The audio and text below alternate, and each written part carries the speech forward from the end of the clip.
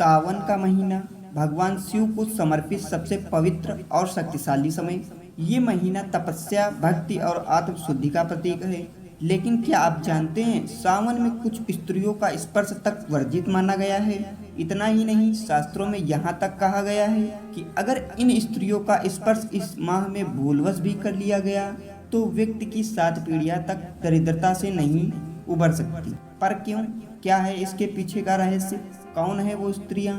आज हम आपके लिए लेकर आए हैं एक अद्भुत धार्मिक कथा और शास्त्रीय रहस्य जो आपको आश्चर्यचकित कर देगा। पहला प्रसंग, तपस्विनी स्त्री का स्पर्श निषेध। पुराणों में एक कथा आती है। एक बार एक राजकुमार वन में भटकते भटकते एक आश्रम में पहुंचा। वहां एक कन्या भगवान शिव की आराधना में लीन थी। उसका तेज इतना दिव्य था कि राजकुमार मोहित हो गया और उस स्त्री का हाथ पकड़ लिया।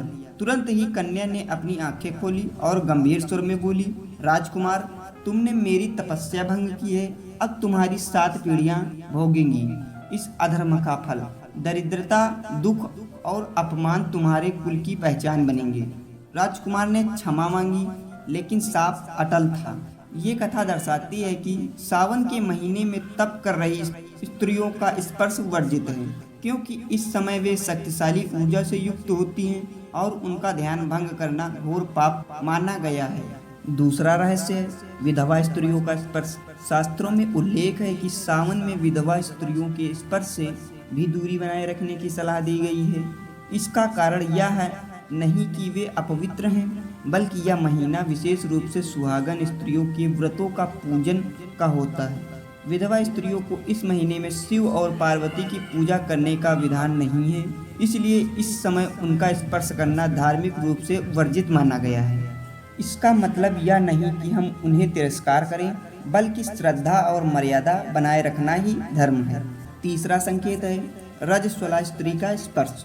सावन में स्त्रियां खास तौर पर शिव जी के व्रत और पूजा करती हैं, लेकिन यदि कोई स्त्री रजस्वला मासिक धर्म के दौरान है तो उसे पूजा या धार्मिक स्पर्श से दूर रहने की सलाह दी जाती है।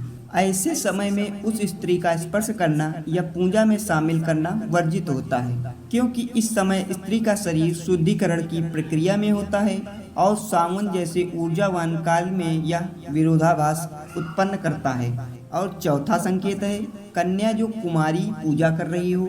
सावन में विशेष रूप से कुमारी कन्याओं द्वारा की गई पूजा अत्यंत फलदायी मानी जाती है। ऐसी कन्याएं जो गंगा जल से स्नान कर उपवास कर रही हों, वे विशेष ऊर्जा से युक्त होती हैं। यदि कोई पुरुष, विशेष रूप से विवाहित पुरुष या ब्रह्मचारी पुरुष, ऐसी कन्या को स्पर्श करता है तो यह उसकी साधना को नष्ट कर देता है और उसकी धार्मिक ऊर्जा उल्टी हो जाती है। इसके दुष्परिणाम पूरे परिवार को भुगतने पड़ते हैं। तो दर्शक बंधु, सावन का महीना सिर्फ पूजा का समय नहीं है, ये एक अवसर है आत्म संयम का, तप का और ब्रह्मा ऊर्जा को जागृत करने का।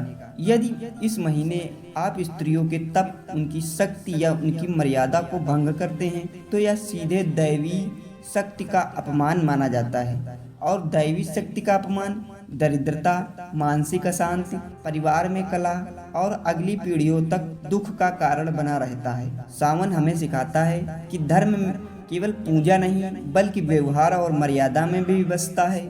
सिर्फ भगवान को जल चढ़ाना ही भक्ति नहीं, बल्कि स्त्री शक्ति का आदर करना भी शिव की ही पूजा है। तो इस सावन केवल शिव को नहीं, शिवा को भी प्रणाम करें, क्योंकि जहाँ शिव है वहाँ शक्ति है और जहाँ शक्ति है वहाँ समृद्धि।